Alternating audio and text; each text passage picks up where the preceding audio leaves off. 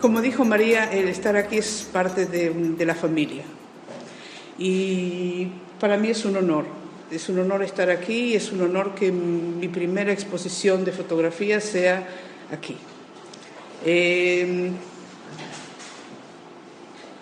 Cuando pensamos junto con Jai y con María que esta exposición iba a estar acá en Beit Shalom, pensé que el hablar un poco más, el darle un poco más de tamaño a esta exposición es hablar de un tema que no siempre se habla de la memoria del Holocausto, no se habla del olvido.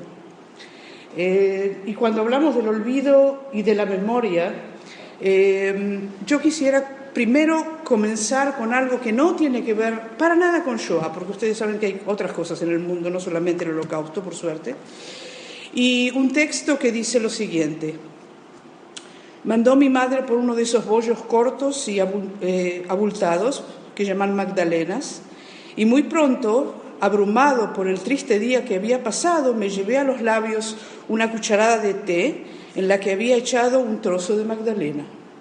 En ese mismo instante en el que aquel trago tocó mi paladar, me estremecí, fija mi atención en algo extraordinario que ocurría en mi interior. Y Marcel Proust, cuando comienza a hablar de esa Magdalena, es ese tocar, la Magdalena es solamente la Magdalena, pero es una forma de hablar de la memoria de su infancia, y es solamente ese gusto, no es solamente el gusto, el olor, ¿sí? ¿Y qué es la memoria? ¿Y qué es la memoria? Cuando uno no sabe cómo explicar una palabra, va al diccionario de la lengua española. Y el diccionario de la lengua española dice lo siguiente: la memoria es la potencia del alma por la cual se retiene y recuerda el pasado. Es un proceso mnésico por el cual se incorporan acontecimientos, conocimientos para nuestra mente, para ir formando nuestra personalidad. Nosotros somos nuestra memoria. La memoria es un proceso dinámico de dos vías: el almacenamiento y la recuperación. No es suficiente almacenar, hace falta también recuperar. Cuando no hace mucho tiempo pasamos por el shuk, por el mercado en Acre, para ir a comer falafel, nada más. De repente olí, como Proust sus Magdalenas, olí un aroma a aceitunas verdes que solía mi madre comprar. Es la recuperación, ¿sí? No es solamente, es eso de la recuperación de los recuerdos que nos hacen a nosotros mismos. O sea, nuestra memoria somos nosotros. Nuestra memoria nos hace lo que somos. Somos lo que hacemos, lo que decimos, lo que nos pasa. Y somos en cada momento esa memoria de nosotros mismos. Y como Borges decía, somos ese espejo roto de momentos que son todos memoria.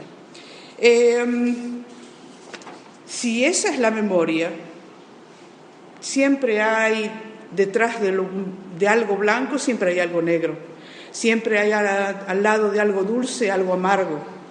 Y nosotros en nuestras vidas siempre buscamos lo opuesto. En este caso, la gran pregunta es si el olvido es lo opuesto.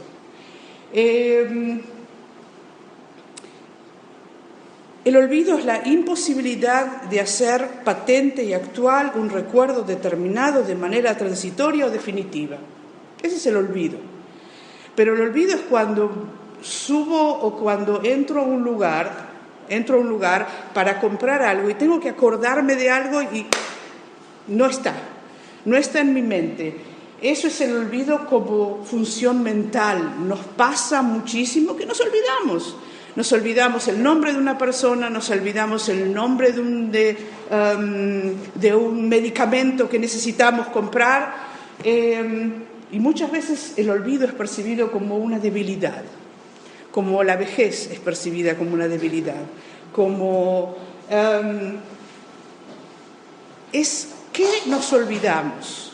¿Qué es eso opuesto que siempre buscamos? Ese opuesto que nosotros buscamos es algo que nosotros necesitamos, porque el olvido y la memoria están juntos, trabajan juntos. Pero ese es el olvido de olvidarme una palabra y de olvidarme un detalle. Hay otro olvido, que es el olvido profundo, y es el olvido que destruye huellas. ¿Qué es una huella? Una huella es cuando algo en un camino me deja signos,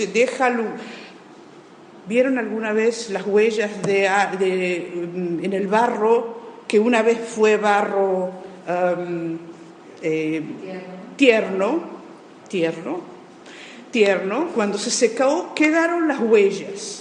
Esa persona ya no está ahí, ese carro ya pasó, ese caballo ya pasó, pero están las huellas en ese lugar. Por eso la huella, yo pienso que es la presencia de la ausencia. No está esa persona, pero todavía está la huella. Esa persona todavía está ahí, a pesar de no estar presente en ese momento. La huella graba la problemática de la representación del pasado. ¿Cómo represento yo al pasado sin esa huella? La huella es algo que quedó marcado. Yo pienso que ese olor a aceitunas verdes especial que olí cuando caminaba por el Xúquer en Acre es esa huella que quedó en mí. Muchas veces nosotros nos dirigimos al olvido, tomamos el olvido como si fuera una amenaza. Contra ese olvido tomamos pastillas para no olvidarnos, nos hacemos una señal en la mano para no olvidarnos, nos ponemos una pulsera especial para no olvidarnos. O sea, contra ese olvido, ¿cuál es la respuesta? La memoria.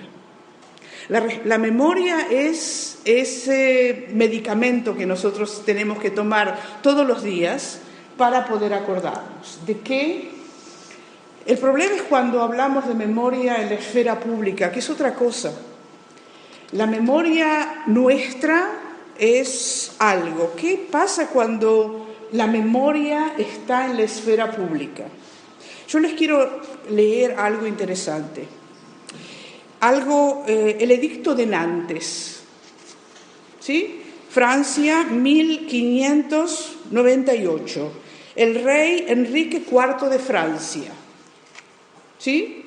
No está escrito en el diario de ayer, así que puedo tomarlo como referencia. No está escrito en el diario de ayer. Artículo 1, dice el edicto de Nantes, que la memoria de todos los acontecimientos ocurridos entre unos y otros tras el comienzo del mes de marzo de 1585 y durante los convulsos precedentes de los mismos sean disipados y asumidos como cosa no sucedida. Está escrito. Se le pide al pueblo que lo que sucedió antes no sucedió, solamente lo soñaron, no sucedió. Y el artículo 2, prohibimos a todos nuestros súbditos que revivan su memoria, firmado por el rey. Y si el rey lo dijo, por supuesto que nosotros no nos acordamos de nada, no nos debemos acordar de nada. Yo pienso que en España decir esas cosas es, sí, con el pasado, con un pasado determinado. Pero estamos hablando de la memoria en la esfera pública. ¿Puede venir alguien, un mandatario, un rey, y decir, necesito el olvido, necesito que todo mi pueblo se olvide de algo? ¿Para qué? Necesito silencios, y esos silencios tienen que ser estratégicos. Y ese rey, ese mandatario, tiene políticas de recuerdo. O sea que se puede utilizar el olvido, se puede manejar el olvido como se maneja todo este prólogo es para hablar del genocidio nazi, o sea, de la Shoah. Y cuando hablamos de la Shoah, la bottom line, ¿sí? Lo que yo quiero mostrar con mis fotos, con mis textos y con lo que vamos a ver acá, es que los nazis como ideología y como estrategia política hicieron lo que hicieron para no ser recordados. Yo pienso que es algo muy... no es nada, ¿sí? Decir, ¿qué hubiese pasado si? ¿Qué hubiese pasado si los alemanes hubiesen ganado la guerra? Primero, la mayor parte de nosotros no estaríamos acá. Eso primero. Pero segundo, hubiese sido muy diferente. Pero no pensando en eso, los alemanes hicieron lo que hicieron en la Shoah para que no sea recordado. No lo escribieron en ningún lugar, como en el edicto de Nantes, no lo prohibieron firmando, pero lo hicieron. La negación y la censura es la instalación de la memoria con un foco determinado. Y eso es lo que a mí como María dijo, me conmovió cuando estuve en Polonia, cuando mis 2 viajes a Polonia, es ese olvido estratégico, la estrategia del olvido, el olvido como estrategia. Hay estrategias militares, hay estrategias civiles, y en el Tercer Reich hay una estrategia del olvido de todo lo que se hizo, porque seguramente la historia tiene que haber sido diferente, la guerra tendría que haber sido diferente de acuerdo a lo que ellos dijeron, de acuerdo a lo que ellos hicieron. Antes de empezar con lo que quiero mostrarles, o sea, las fotos mías frente a esa estrategia del olvido, nosotros entendemos que ese olvido marcó huellas. ¿Dónde están esas huellas? O sea, hablamos antes de esas huellas que están marcadas en el barro que se secó. Esas huellas mismas marcadas en el barro que se secó son las huellas que yo busqué en esos 2 viajes a Polonia. Yo trabajo en el museo, en el Museo de los Combatientes de los Guetos, en Ghetto Fighters House, hace un montón de años, desde el 1999. ¿Sí? Es un montón de años que uno dice, no se puede enloquecer, básicamente, pero ¿qué es lo que busco? Yo pienso que en esos 2 viajes a Polonia yo busqué eso. Nosotros en el museo hablamos y escuchamos a gente que sobrevivió al Holocausto. Gente que sobrevivió al Holocausto y puede contar lo que vio, es esa huella materializada en el alma de esa persona. Muchas veces físicamente, ¿sí? Porque cuando viene una persona y nos muestra su número tatuado en Auschwitz, es esa huella en la piel. ¿Qué es lo que los alemanes no quisieron que veamos? No quisieron que veamos esto. Los alemanes, los nazis, documentaron lo que hicieron casi de una manera total. La documentación escrita y fotos es todo lo que, como esto, una cosa importante, como lo dije antes, como esto tendría que haber sido, el fin de esto tendría que haber sido otro fin, el objetivo de estas fotos, el objetivo de la cantidad de documentos que explican lo que hay que hacer y cómo hay que hacer, los nazis estaban seguros que terminada la guerra, cuando ya no haya más judíos, una de las cosas importantes que iban a hacer es el Museo de la Raza Extinguida. El Museo de la Raza Extinguida iba a estar ubicado en la ciudad de Praga.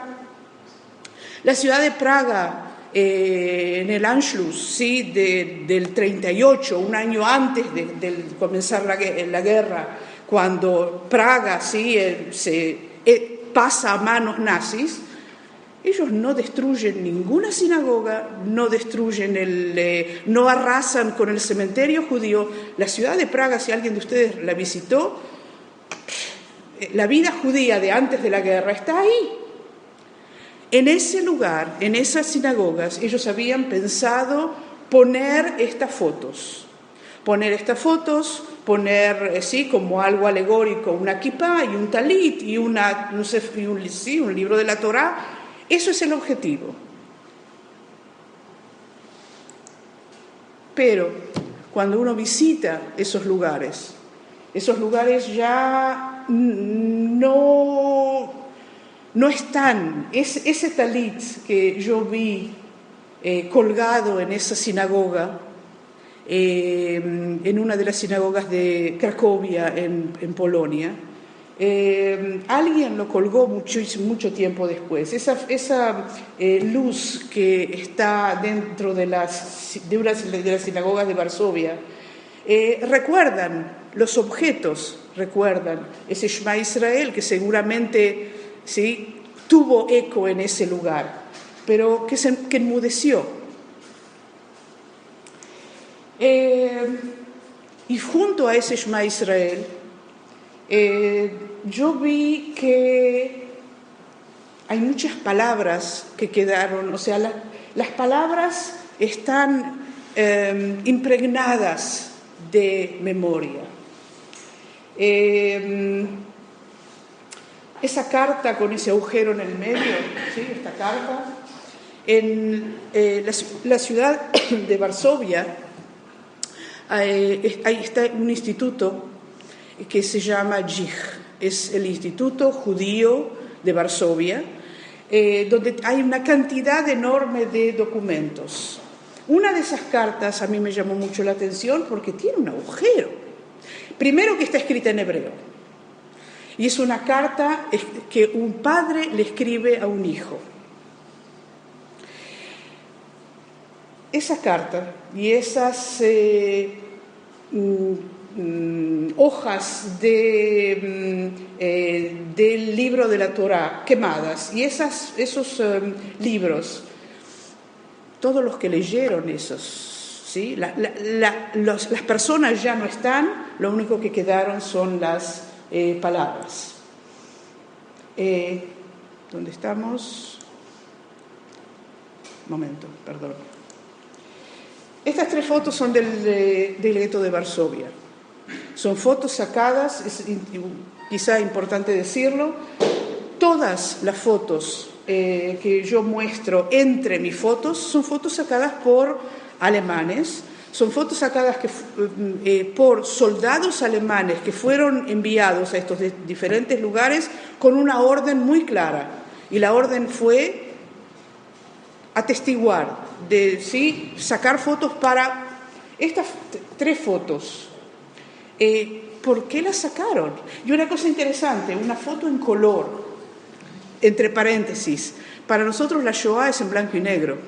Spielberg, cuando hizo su película, ¿sí?, la hizo en blanco y negro, fuera de esa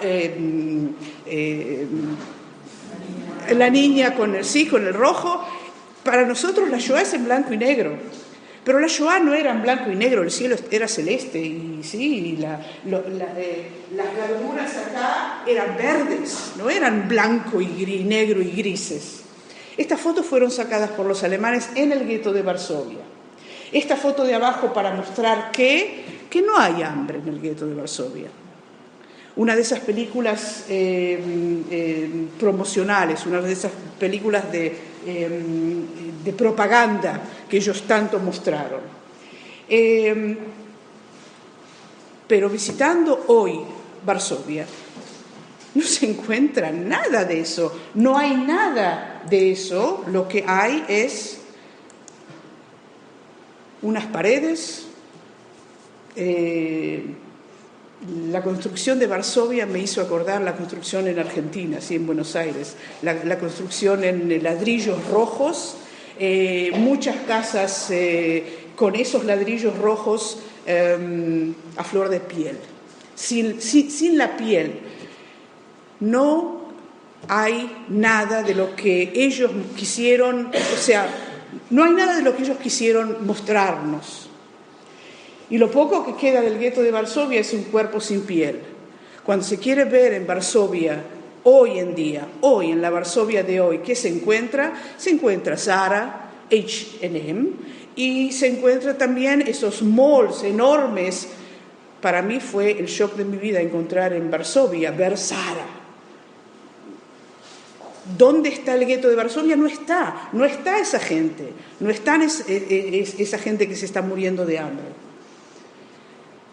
Lo que yo quiero mostrarles aquí es eso opuesto. Lo que ellos quisieron mostrar, qué es lo que y lo que hay hoy. Que no solamente los guetos. De aquí paso a la memoria de los campos. María dijo algo que en mis viajes, yo viajé solamente a Polonia 2 veces. Yo no soy guía en Polonia. Yo viajé a Polonia una vez en el 2009 y esa primera vez viajé con un grupo de españoles. El guía fue de Yad Vashem y yo fui la segunda judía en ese grupo. El grupo era un grupo de españoles. Y en ese primer viaje mío a Polonia encontré que estos lugares, por ejemplo Majdanek y por ejemplo Auschwitz, son lugares increíblemente fotogénicos. ¿Por qué fotogénico? Porque llegamos en septiembre, después de una lluvia, y estos lugares están verdes. Pero esto es Majdanek, y al final de ese camino, atrás, bien atrás, hay lo que en Majdanek se llama una montaña de ceniza. ¿Dónde está la gente de Majdanek? ¿Dónde está la gente que llevó a Majdanek? No hay nada, cenizas. Y esas cenizas, después de haber entendido y haber visto fotos como esta foto, que a propósito la puse pequeña, esta es una foto de un Sonderkommando, de un comando especial, ¿sí? Es esa gente que en los campos de exterminio hacía el trabajo increíble, totalmente surrealista de quemar los cuerpos, tomarlas, o sea, sí, sin todo. Esta foto fue tomada por uno de esos Sonderkommando y se ve a la gente desnuda. Eso, yo tendría que haber, sí, cuando visité Majdanek, cuando visité Auschwitz, esto es lo que tendría que haber visto, pero no lo vi. No está hoy en día. Alguien quiso que esto no esté más, solamente un lugar. Esta foto fue tomada en serio desde adentro de una de esas cámaras de gas. Y les digo que así como entré, saqué esa foto y salí. No pude escuchar la explicación, a pesar de trabajar el tema de la Shoah. ¿Y qué es lo que hay adentro de ese lugar? No hay nada. No hay nada. Y los lugares donde no hay nada y donde hay silencio, a mí el silencio me aturde. Generalmente el silencio a mí me aturde. Cuando hay ruido, cuando hay chicos que hablan y que gritan y que lloran, o que hay gente, cuando hay silencio, ¿y dónde está la memoria? Pregunto yo. Y la memoria enmudeció con ese último grito de esa persona que tendría que haber. ¿Dónde está? Mucha de esa gente, nosotros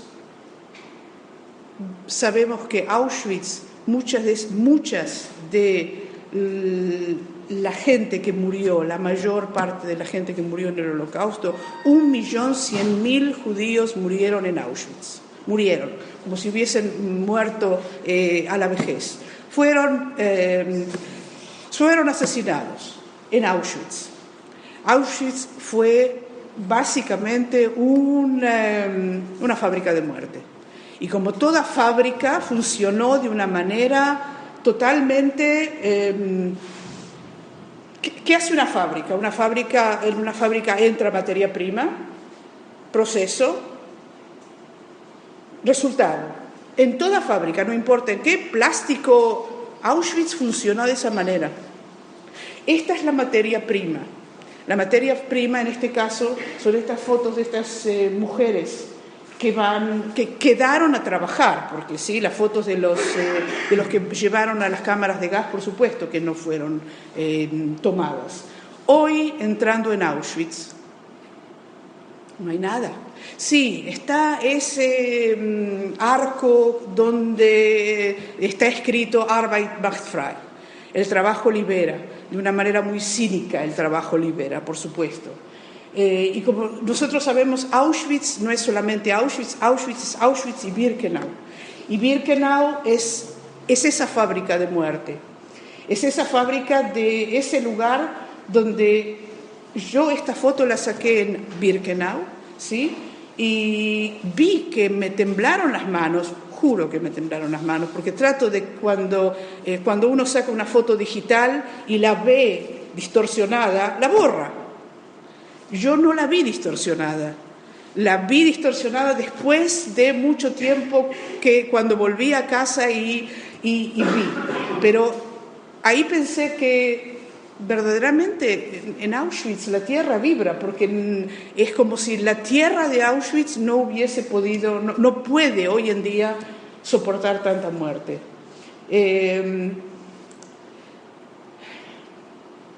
Caminando por Auschwitz, fuera de ese arco Arbeit macht frei, se entra a un lugar donde hay barracones.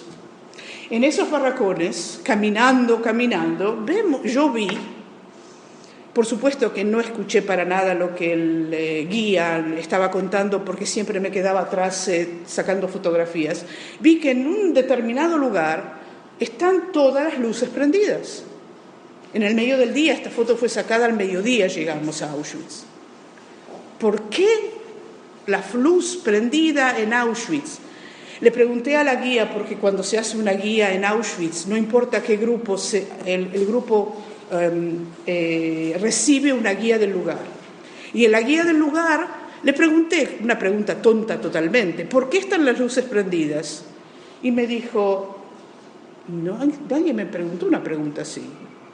¿Te puedo decir cuántos muertos? No quiero saber cuántos muertos, yo sé cuántos muertos. Te puedo decir, juro que me lo dijo, te puedo decir en este barracón, no quiero saber la luz. No sé. Entonces, esa foto, yo pienso que esa luz prendida todo el tiempo, y me dijo, sí, esa luz está prendida todo el tiempo. No sé, debe haber, yo pienso que reemplaza el sol. El sol se niega a iluminar la barbarie de Auschwitz. ¿Se puede iluminar la oscuridad? No sé. Esto es Auschwitz. Esto es, ustedes ven ahí atrás el edificio tan conocido, ¿sí? Las 2 vías del tren, 4 vías del tren y la rampa. Esa rampa tan conocida donde nuestro amigo Mengele, parado recibiendo a la gente, hombres, mujeres, y él no era el único médico, porque estaba ahí, por supuesto, no estaba 24 horas, 7 días por semana, pero él estaba parado sobre esa rampa haciendo la selección.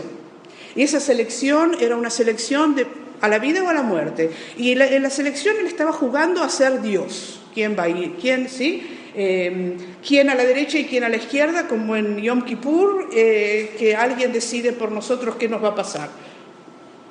Él lo decidió seguramente. Si venía una persona, si venía primero las mujeres, si venía una mujer embarazada o una mujer que cargaba niños o una mujer vieja, por supuesto que no es útil para un lado. Las otras para el otro. Las otras y exactamente los hombres. Una cosa interesante, hablando de fotos, esta foto pertenece a una colección de fotos que Yad Vashem tiene, que se llama el álbum de Auschwitz, el álbum de Auschwitz, como si fuera el único álbum, pero es increíble porque este álbum es todas fotos de Auschwitz, la mayor parte son de judíos húngaros que llegaron a Auschwitz.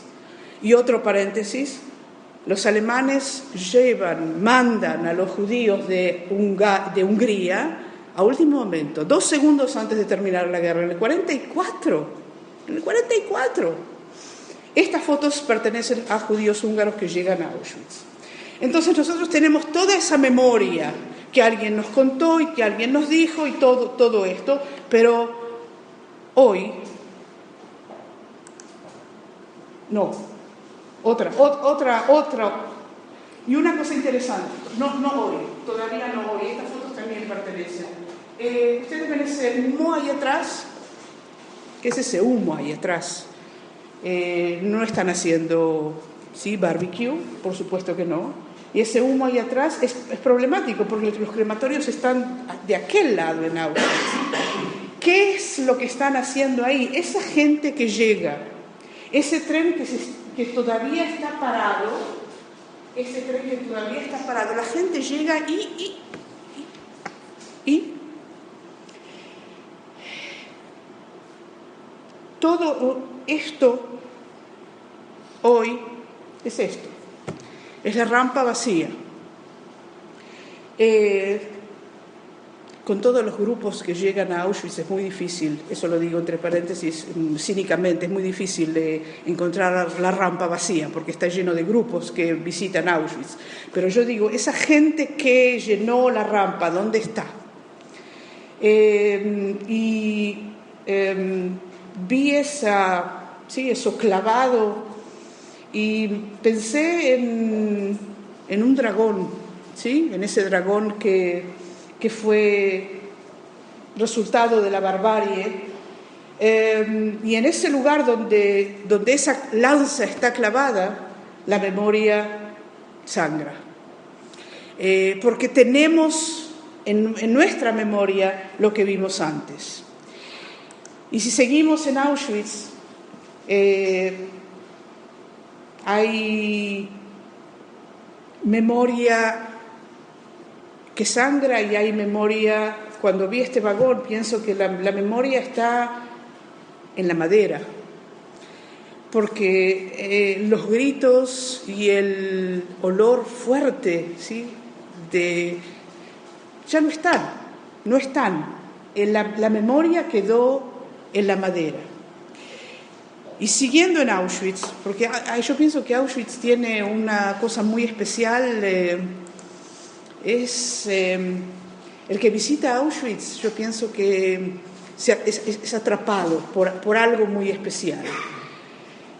En esos barracones en los que se pueden entrar, hay barracones en los que no se pueden entrar, son generalmente de 1 o de 2 pisos. Las escaleras son escaleras de mármol. Y esa cantidad de gente que subió y bajó, ¿dónde está? Las huellas de esa gente, las huellas de ese subir y bajar, hicieron ese desgaste en la piedra. Y yo pienso que esas piedras, esa piedra en esas escaleras, es el lugar de la matzeva, es el lugar de las lápidas, porque no hay lápidas en Auschwitz, ni hay lápidas en ningún lugar. Así que de alguna manera nosotros necesitamos, es interesante, ¿por qué necesitamos una lápida? ¿Por qué? No sé, para eso tienen un Rav, pregúntenle. Pero es interesante porque nosotros tenemos en Israel los drusos. Los drusos no no hay lápidas. Y nosotros necesitamos las lápidas, y de esto, yo pienso que esto es interesante, ¿dónde está esa memoria? Una de las cosas interesantes es que llegamos en un día que a la mañana había llovido, y alguien había dejado hay una escultura muy grande, y alguien había dejado 3 rosas.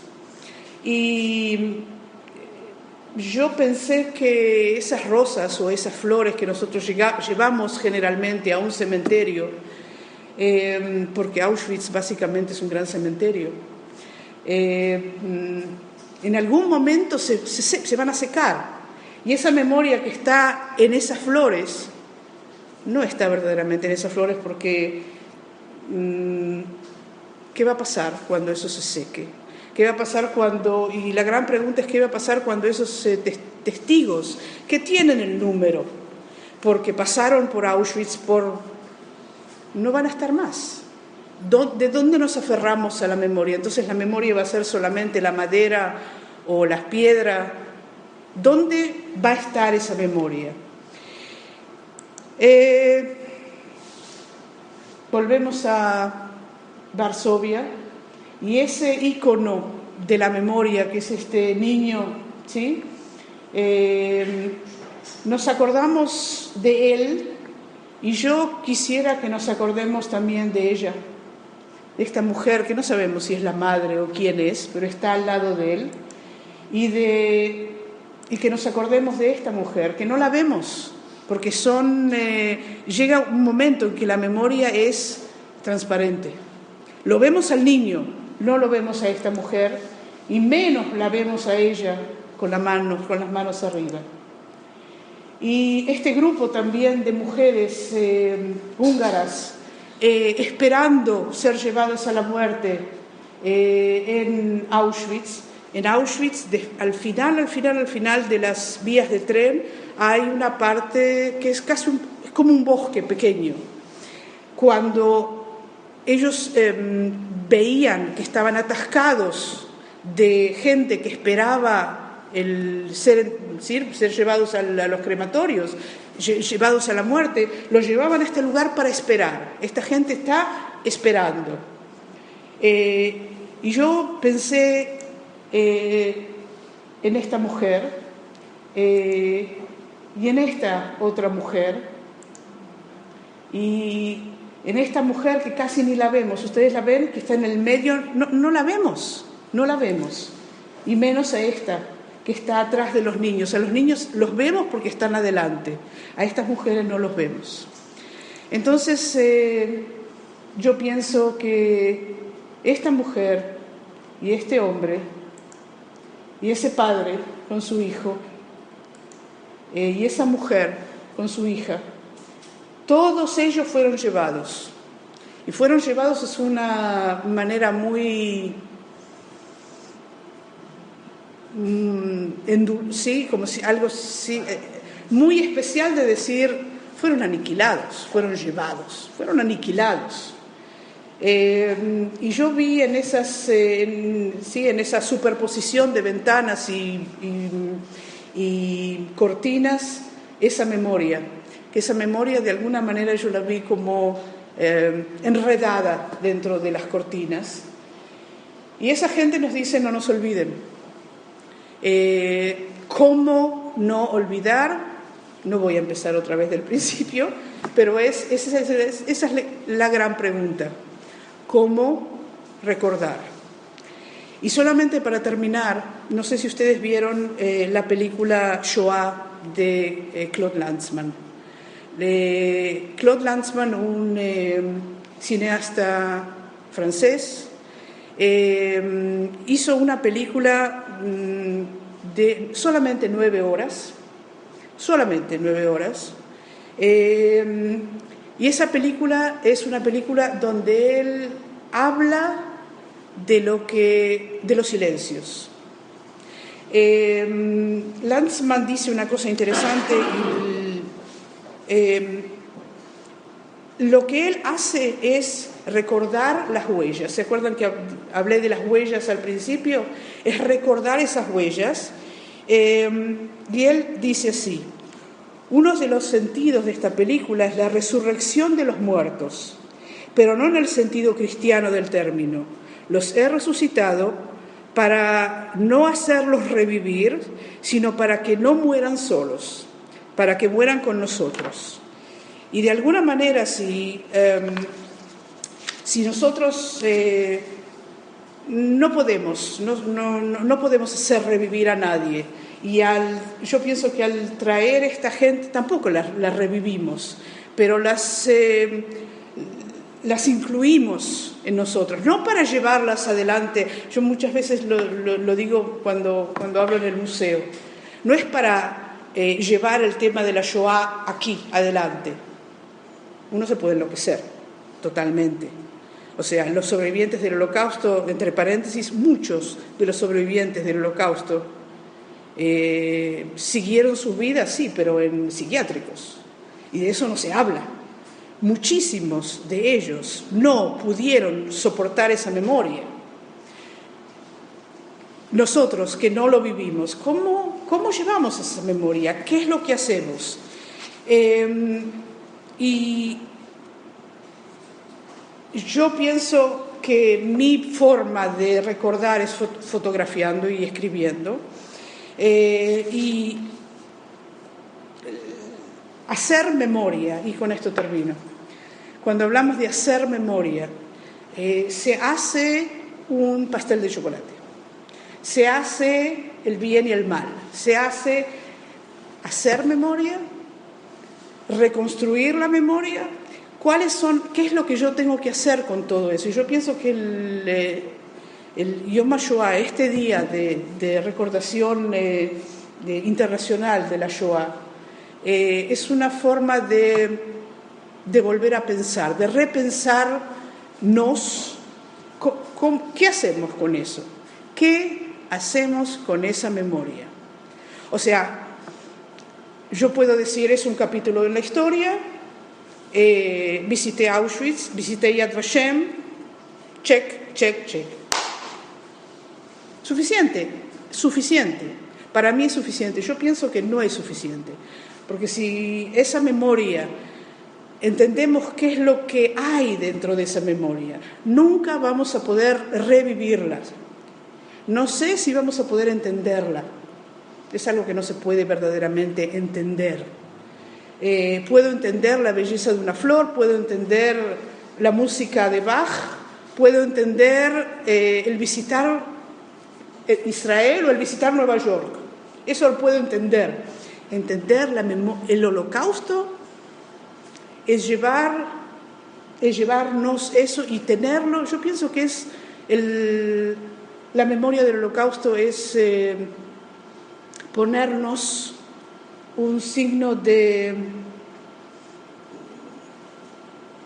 Vieron que hay, no sé, me seguro que en España también hay, esos signos que hay en las rutas, sí, hay stop, y hay unos signos que es un signo de admiración. Advertencia. Si uno viene a 90 kilómetros por hora y ve eso, ¿qué tiene que hacer? Desacelerar. Si yo veo en un lugar que hay eso, no sé qué es lo que hay, pero hay una advertencia, está pasando algo. La Shoah, yo pienso que nos advierte a nosotros, a todos nosotros, que pasó algo y es posible que pase otra vez. Que nosotros lo hagamos, que otros lo hagamos, que está pasando hoy en día en África, hoy en día. La advertencia, o sea, tenemos que leer los signos. La memoria nos da la posibilidad de leer esas huellas y leer los signos. Y tener como advertencia que es un proceso y que todo proceso hay que saber descifrarlo. La memoria nos ayuda a descifrar esos ciclos. Ya, gracias.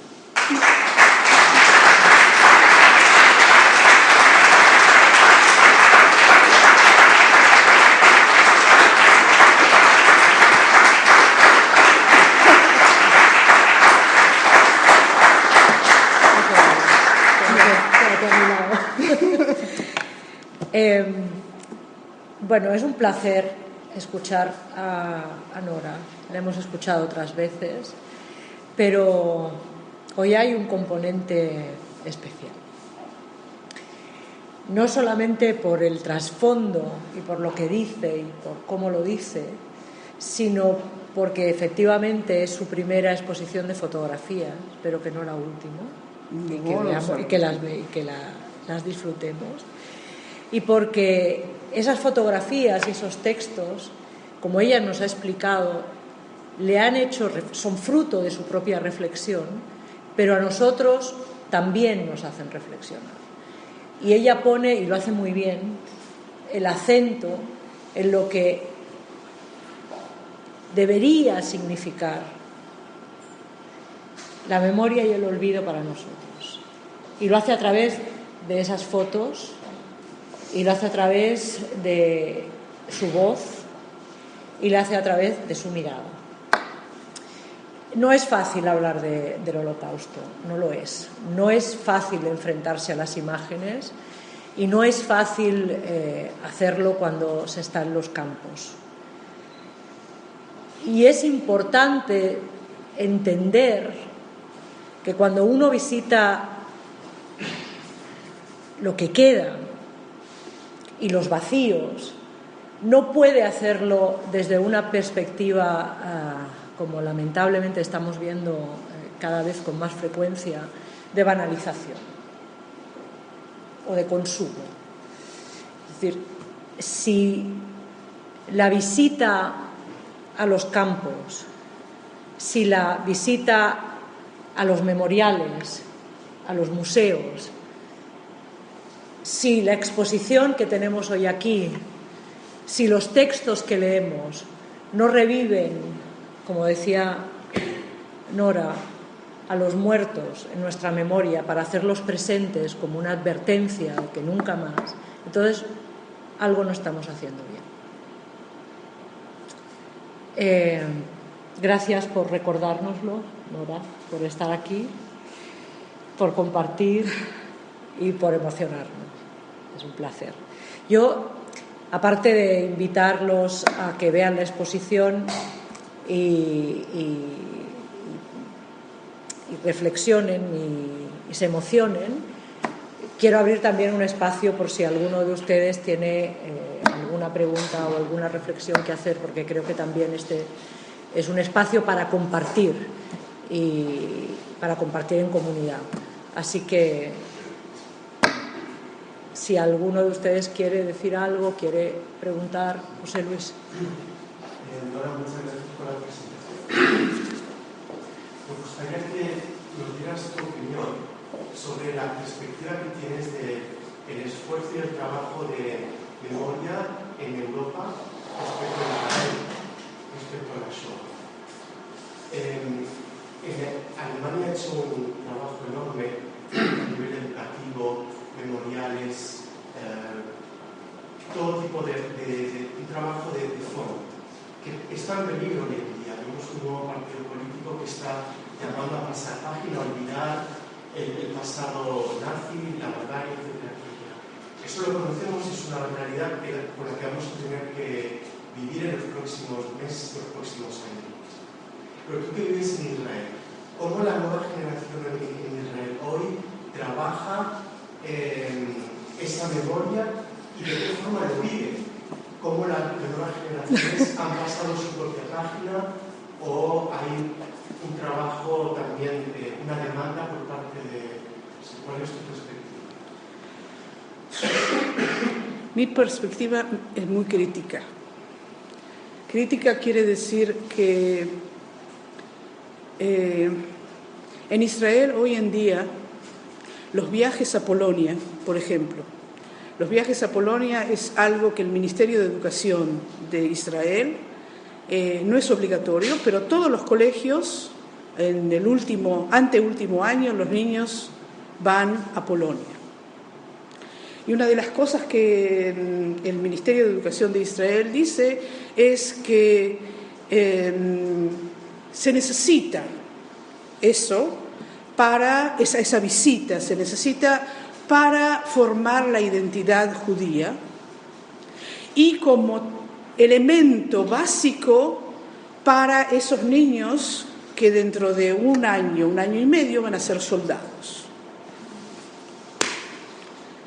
Entonces, yo pienso que es una aberración. Yo trabajo el tema de la Shoah y me parece, nosotros recibimos en nuestro museo muchos de esos grupos de niños. Me parece que el trabajo automático o sea, mandarlos a Auschwitz ¿para qué? Para que encuentren ¿qué? Su identidad judía en Auschwitz. Yo quiero que encuentren su identidad judía israelí, su identidad, lo que ellos entienden como identidad, en su familia, en su keilah, en su colegio, ¿sí?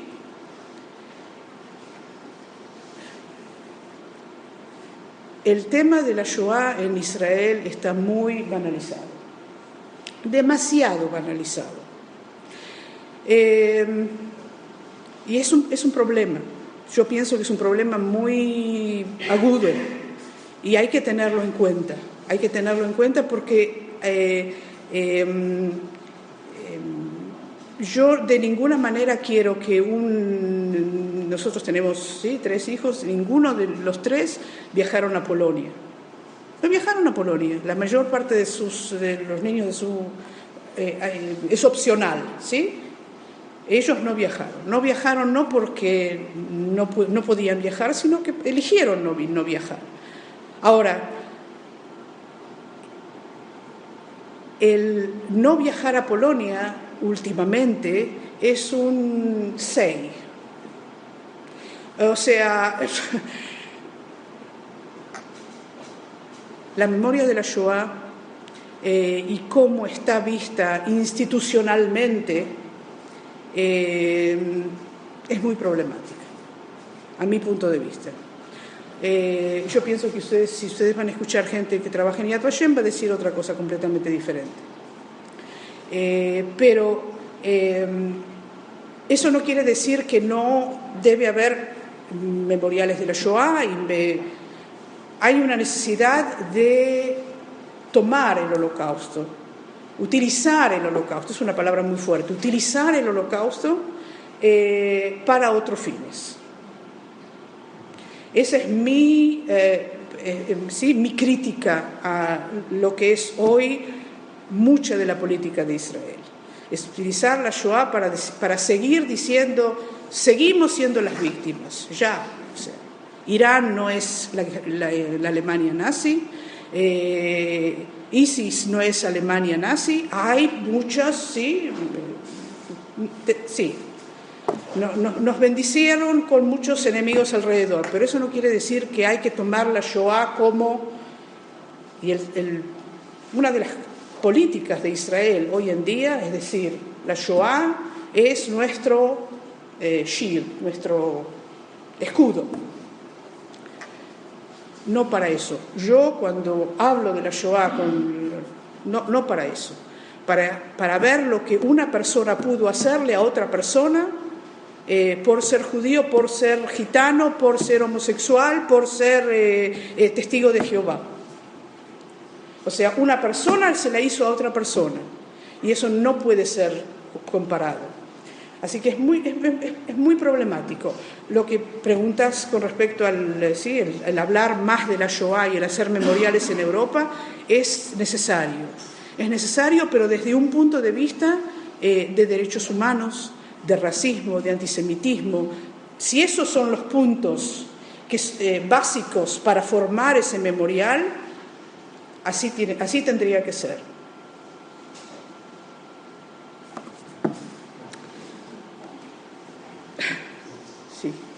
Sí. Tú has planteado la dicotomía entre memoria y olvido. Sí. La memoria es una forma de resistencia. Sí. ¿Es ético el olvido? ¿Es ético el olvido? Es necesario. Cuando a uno le duele, podemos preguntarle a un médico qué se le da a una persona que le duele algo. Algo que engaña a su cerebro. Exacto. Exacto. Algo que engaña a su cerebro. El olvido es necesario. Yo pienso que es increíblemente... quizá alguien de ustedes conoce el cuento de Borges, Funes el Memorioso.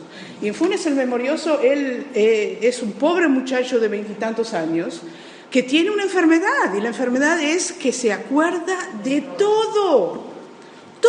Todo quiere decir que está sentado en su comedor y ve la ventana y ve las nubes, ¿sí?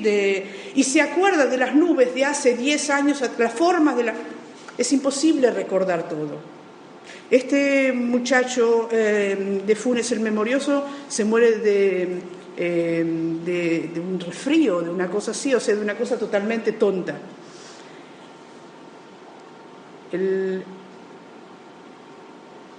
La memoria y el olvido van juntos. O sea, el olvido no es una distorsión de la memoria. La distorsión puede ser cuando es una política de olvido.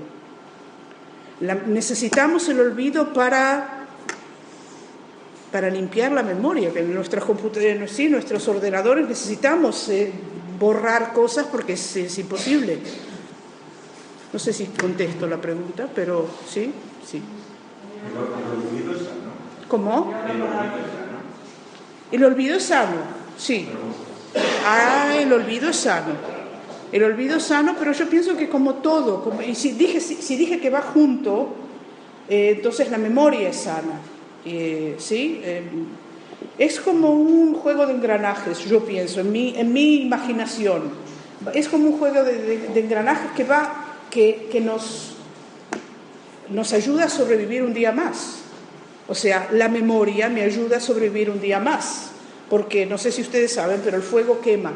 Y si el fuego quema, yo no hago, Mati hace espagueti, ¿sí? Yo en serio no cocino, Mati.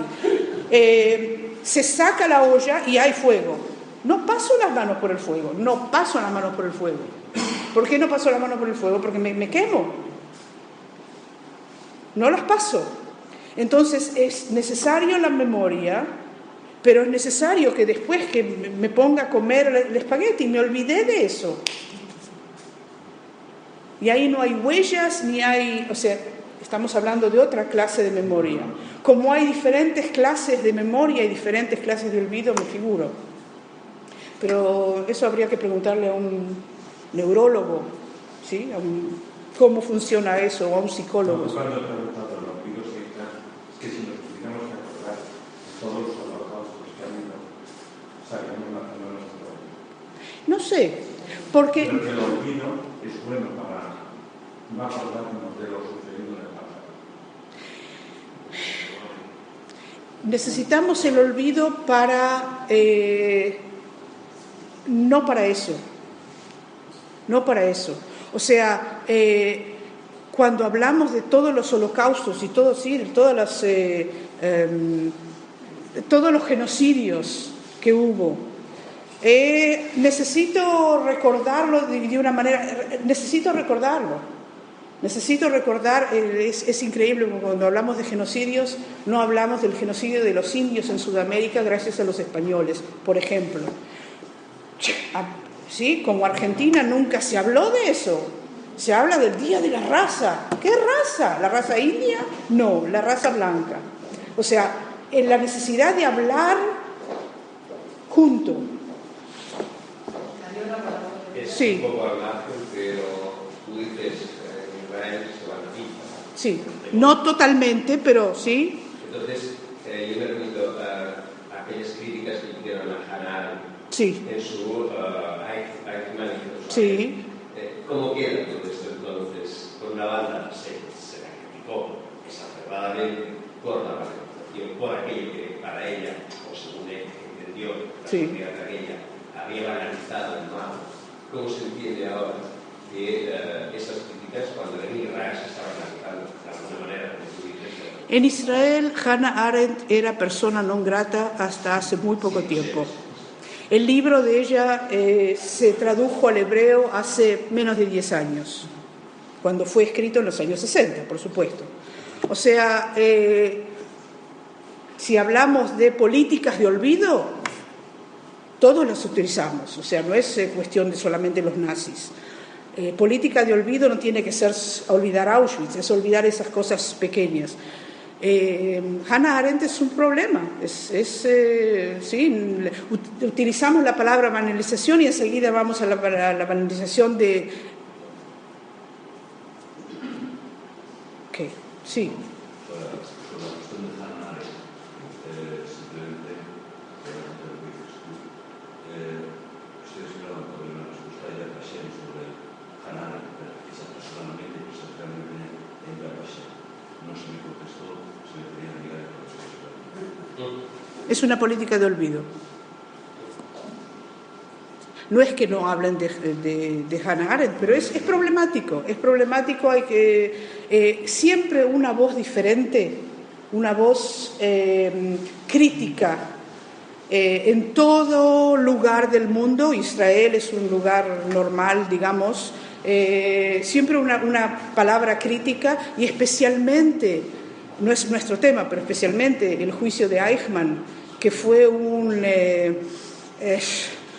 algo para Israel, fue algo emblemático. No se toca el juicio de Eichmann como, no se critica el juicio de Eichmann. Y ella lo que hizo fue criticar la forma de que fue hecho, criticó todo. A nadie le gusta que lo critiquen.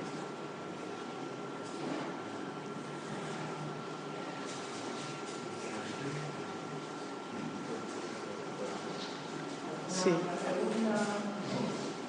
Sí.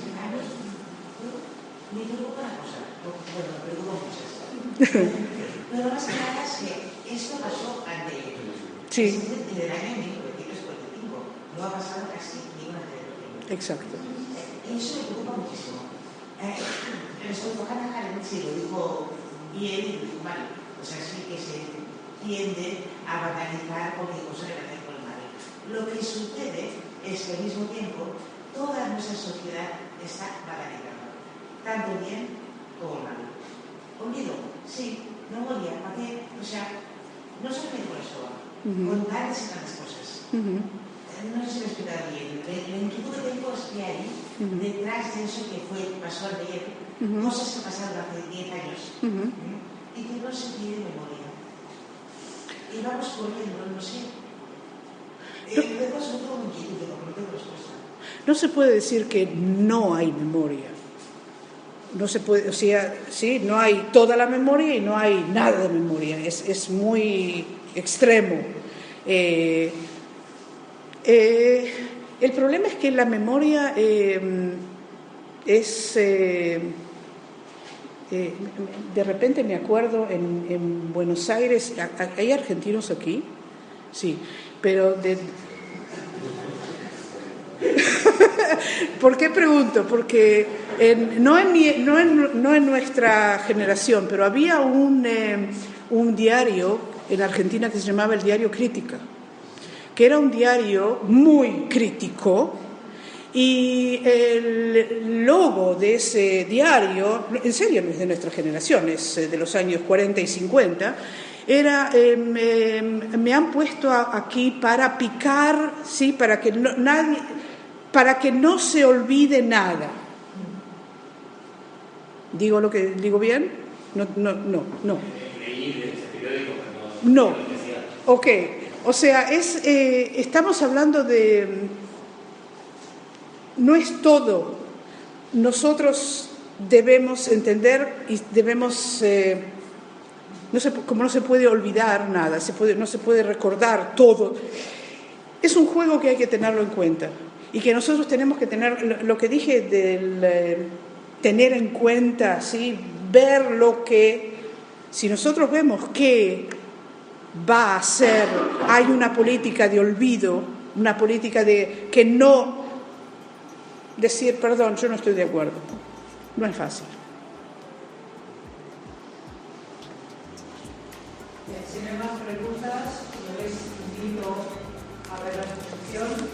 Seguro que ustedes ya lo han visto, pero después de la exposición de Noa vamos a ver las fotos y a leer los textos también por todas las. Muchas gracias.